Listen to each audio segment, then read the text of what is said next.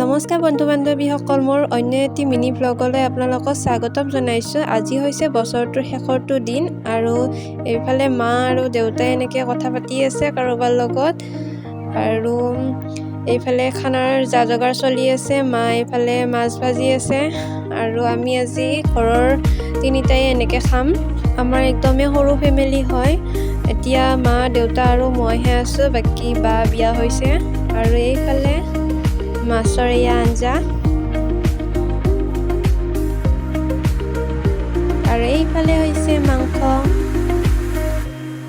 আৰু এইবাৰ ময়ো ঘৰতে খানা খাইছোঁ। এনে আমি মিলি কিনে খানা খাওঁ বেলেগৰ লগত, কিন্তু এইবাৰ ঘৰতে খাইছোঁ কাৰণ এইবাৰ দেউতাও আছে আৰু এইফালে মা সাজি আছে।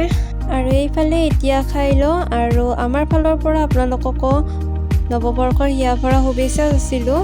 সকলোৰে যাতে দিনবোৰ ভালে ভালে যাওক আৰু তেন্তে আজিলৈ বাই বাই।